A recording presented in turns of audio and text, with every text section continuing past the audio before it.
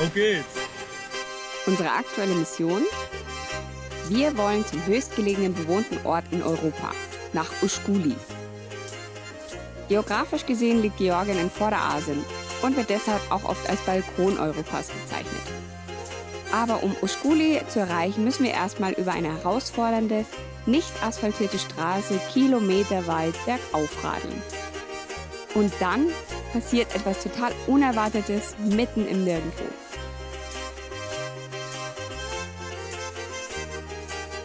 Wir brechen auf. Nachdem unser Zelt mittlerweile komplett undicht ist und es hier in Georgien bisher jede Nacht geregnet hat, sind wir froh, dass wir in Ivans Hütte übernachten durften. Jetzt machen wir noch ein bisschen Frühstück und dann fahren wir hier über diese Dampfwiese in Richtung Ushguli. Abfahrt! Alles fertig? Los!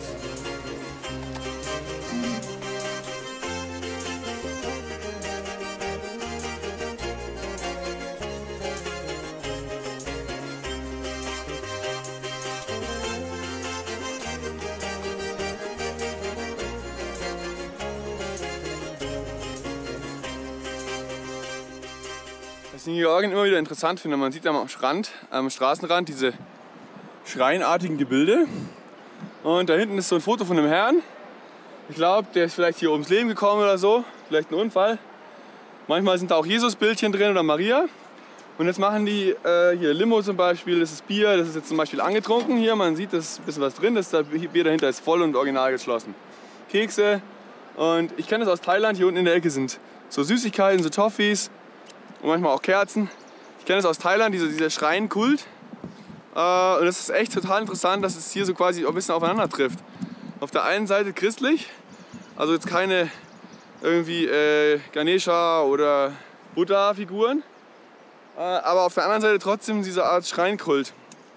Und wir müssen mal unbedingt jemanden fragen, was es so damit auf sich hat. Ob es jetzt die Verehrung ist und vor allen Dingen, ja, wie die Sachen auch dann wieder wegkommen. Weil wenn da immer wieder Leute was dazustellen, ich weiß nicht. Da unten ist ein Kuhtunnel. Wir gehen hier unter der Straße durch. Wie cool ist das denn? Zusammen mit dem Wasser. Müssten sie da drüben wieder rauskommen. Aber Kühe sind ja super langsam, also mal schauen, vielleicht bleiben sie unten auch ein bisschen stehen. Es gibt ja so immer so Viechertunnel, dass die Schäfer ihre Herden da treiben können, unter Straßen durch. Aber dass sie jetzt hier so, ja, keine Ahnung, die Viecher nutzen das halt von ganz alleine. Super. Ja, sie kommen wohl nicht. Aber stellt euch vor, da kommen Kühe raus. Hier wird ordentlich gebaut. Uiuiui. Mal schauen.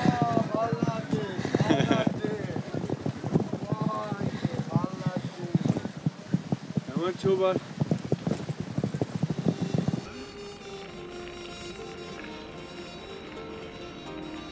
Die Region, durch die wir hier gerade radeln, wird Svanetien genannt.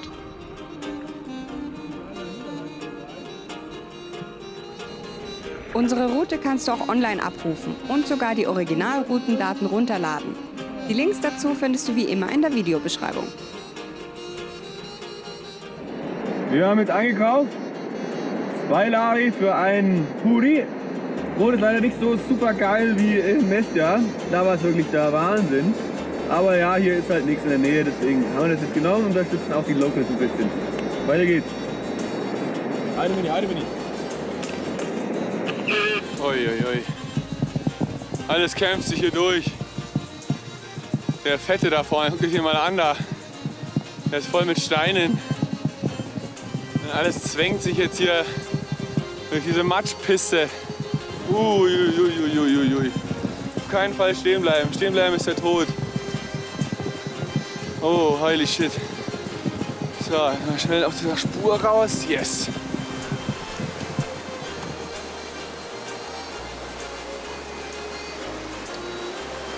Super Mini.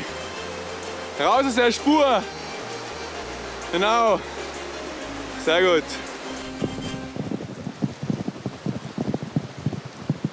Ui. Erster Gang und durch. Ja, da sinken wir ein.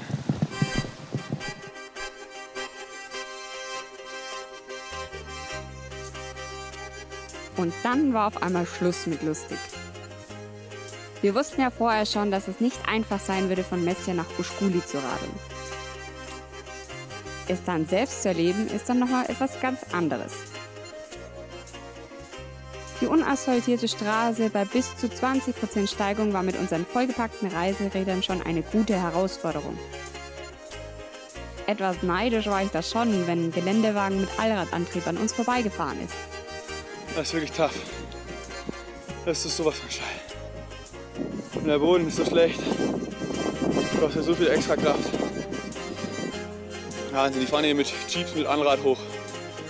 Und hier, ja, heftig.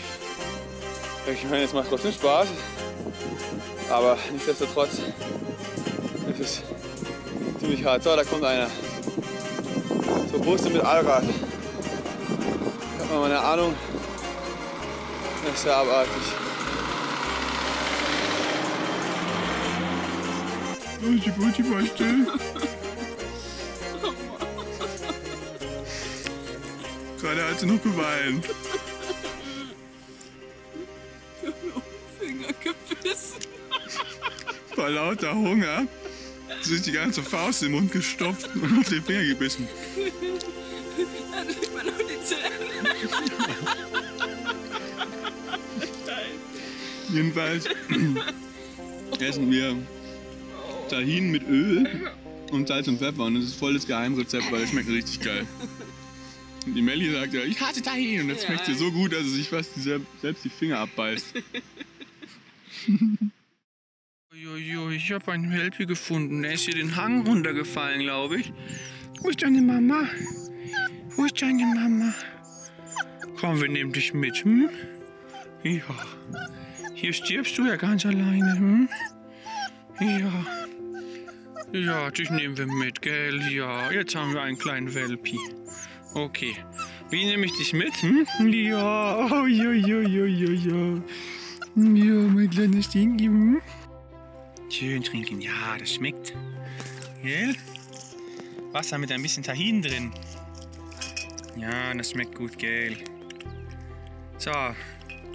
Wie können wir dich transportieren? Hm? Auf dem schon vollen Fahrrad. Nein, das nicht. Das nicht. Das ist Messer und Gabel. Das nicht. Komm, trinken. Genau, schön alles austrinken. Wer weiß, wie lange er da schon rumschreit. Weiß nicht, schon eine Weile. Wir haben ihn gehört, weil er irgendwas gequietscht hat da drüben und gequietscht und ja, eine kleine Stinky hier. Ja. Hier drin bleibst du sitzen, bis wir auf den Berg sind. Das ist nicht weit, okay? Und dann gucken wir mal, ob wir deine Mama finden, sonst fährst du weiter mit uns mit. Ja? Ja? Genau. Nicht raushüpfen, okay? Ja. Oh, wie du süß. Da hinten, wo die Melli schiebt, haben wir gerade einen Hund gefunden. Der hat voll gewinselt. Und den versuchen wir jetzt zur Mama zurückzubringen. Da ist er. Und er hat die ganze Zeit geplärrt. Als ich ihn in die Tasche habe, hat er ihm nicht gefallen. Nur wenn ich meine Hand bei ihm lasse, dann ist er brav gewesen. Und jetzt bin ich mal keine 3-4 Meter gefahren, er ist eingeschlafen. Sofort eingeschlafen. Anscheinend sind diese rüttelnden Bewegungen beim Fahren haben ihn sofort auf die Bretter geschickt. Er ist eingeschlafen, wie eine Wiege. Keine 3 Meter gefahren, er ist sofort eingepennt. Ich wollte ja schon immer einen Hund. Aber ich glaube, es ist ganz schön stressig, mit so einem Welpi zu fahren. Ich weiß noch nicht, wie das gehen soll, ob wir das überhaupt machen. Also hier ist halt kein Dorf. Ich habe keine Ahnung, wie der da hingekommen ist. Der ist den Haken runtergefallen hier und saß dann da unten. Aber jetzt sind wir oben am Hang und da ist noch nichts, wo er hätte herkommen können. Also wenn, ist er vielleicht 2 Hänge runtergefallen. Keine Ahnung, wir müssen mal gucken. Was ich interessant finde, ist, dass er einschläft während dem Fahrradfahren. Jetzt ist er schon wieder eingeschlafen.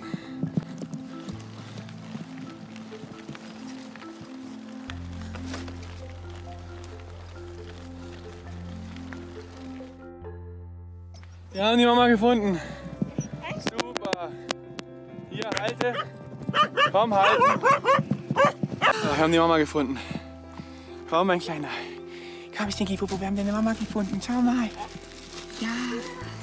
Schau, deine Mama ist da. Oh.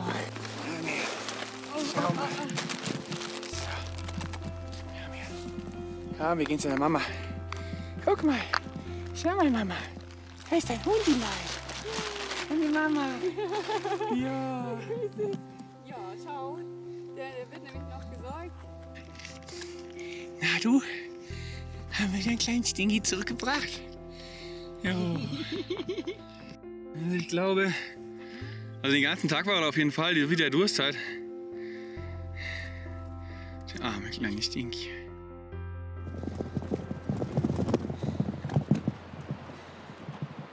Oh mein Gott, wir sind da.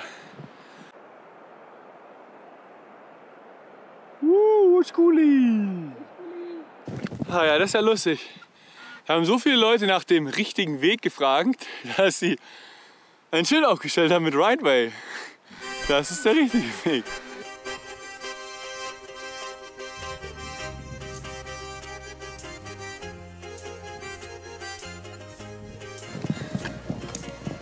Ja, hier schon schön.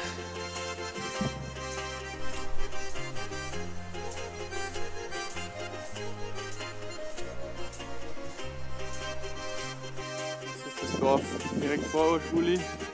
Gehört wahrscheinlich dazu, aber es ist so eine Art vorgelagertes Dorf, habe ich auf der Karte jetzt zumindest gesehen.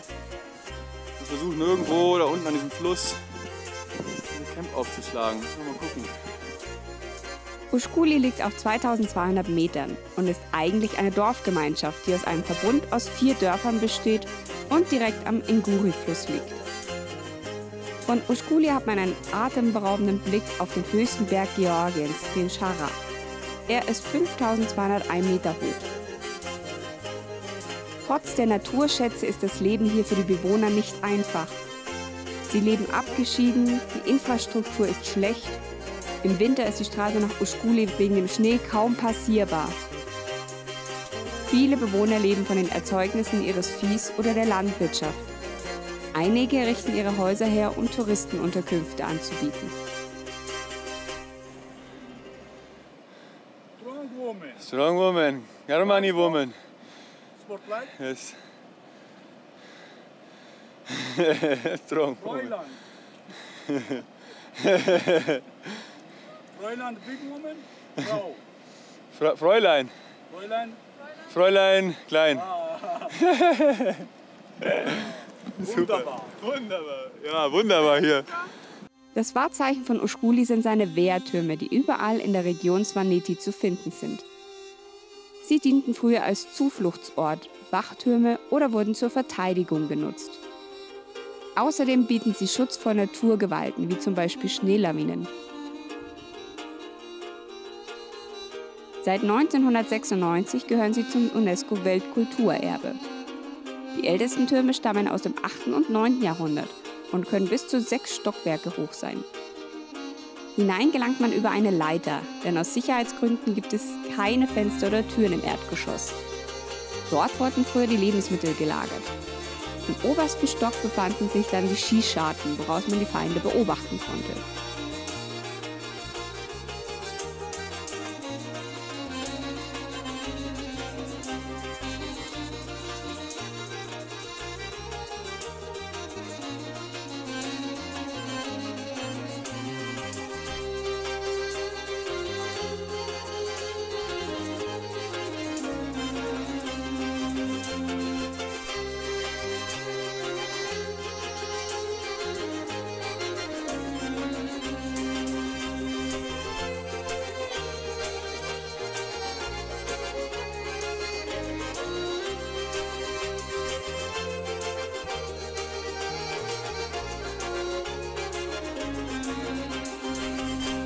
Camping in Uschkuli ist wirklich eine Herausforderung. Es gibt kein ebenes Fleckchen. Es gibt jede Menge Platz, aber kein einziges ebenes Fleckchen. So, da vorne habe ich jetzt ein Salto gemacht. Weil von da oben, wo die Melli gerade runterkommt, da geht es übrigens durch Brennnesseln, muss man hier runter und dann landet man hier um den Matsch. Und entsprechend sieht auch meine Seite aus. Schön ein Salto gemacht. Da ist nichts kaputt oder so, aber super nervig. Weil eigentlich müssen wir da hoch, wo das Fahrrad von der Melli steht. Ah, ist das zum Kotzen, weil das ist alles Sumpfland hier. Also hier ist wirklich die härteste Herausforderung überhaupt zu campen bis jetzt. Auf der ganzen Zeit, wo wir hier waren. Ich glaube ich mal, abgesehen von Polizei und was weiß ich, Kontrollen, was wir noch alles hatten und Begleitschutz. Da hinten kam man nicht auf die andere Flussuferseite. Auf dieser Seite vom Fluss ist entweder alles eingezäunt, Sumpfland oder schief. So, dann sind wir die ganze Scheiße hier rüber gefahren, hier rüber gefahren, hier rüber gefahren, hier um die Kurve, durch das ganze Dorf da durch. Dann hier rüber zu dem Ort, wo Leute uns gesagt haben, da ist super toll. Das ist Sumpfland und total für den Arsch. So, und das ist auch das Einzige und jetzt habe ich was gefunden, jetzt muss die Melli hier hoch. Das sind 20 Höhenmeter und dann da oben. Wir haben es geschafft, es ist sau viel passiert hier in letzter Zeit, gell?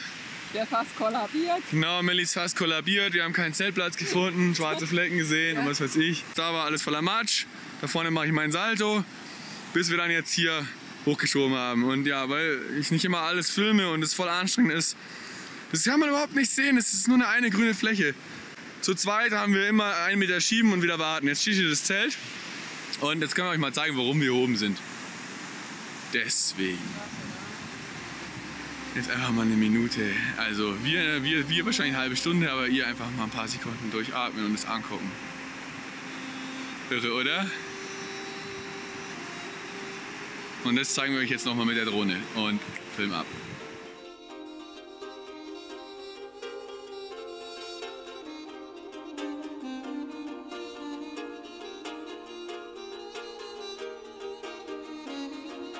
Wir hatten das Gefühl, eine Zeitreise gemacht zu haben. Die Ursprünglichkeit des Ortes, die Art, wie die Häuser und Wehrtürme gebaut wurden, die freilaufenden Kühe, Schweine, Pferde und nicht zuletzt die unfassbar gewaltige Szenerie des Kaukasusgebirges geben Uschkule einen besonderen mittelalterlichen Charme. Nur durch die Wertschätzung unserer Zuschauer können Videos wie dieses hier erst entstehen. Wenn du weiterhin Filme über unsere Reise sehen möchtest, freuen wir uns deshalb riesig, zum Beispiel über eine PayPal-Spende oder Überweisung. Die Links findest du in der Videobeschreibung. Herzlichen Dank und bis bald im grünen Kaukasus. Ein Bier bitte. Nichts leichter als das. Ein Georgisch Gold, ja? Jawohl, kommt sofort.